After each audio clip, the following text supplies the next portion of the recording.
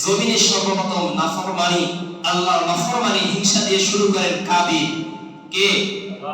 কাবিল সর্বপ্রথম হিংসা করেন তার ভাই হাবিলের সাথে। ভাই কেন ভালোটা নিবে, আমি কেন পচাটা নিব? ভাই কেন সুন্দরী পাবে, আমি কেন কালোটা পাবো? ঘটনার সময় আমরা জানি এই হিংসার কারণে কোরআনের ভাষায় আল্লাহ বলেন কাবিল বলে আমি তোমাকে অবশ্যই হত্যা করব। কি করব? আমি তোমাকে অবশ্যই হত্যা করব। কাবিল মনে করতেছে আমি তার উপর রাজত্ব কায়েম করে যদি আমি সুন্দরী মেয়েটাকে পেয়ে যাই, কিন্তু সে কি? জাহান্নামী। কি? জাহান্নামী। কোরআনের ভাষায়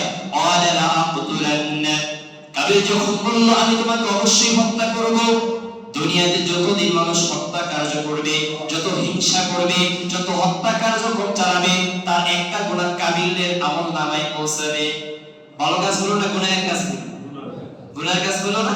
এই জন্য দুনিয়াতে যত হত্যাযজ্ঞ হবে, হত্যার একটা গুনাহ কাবিলের আমল নামায় পৌঁছাবে।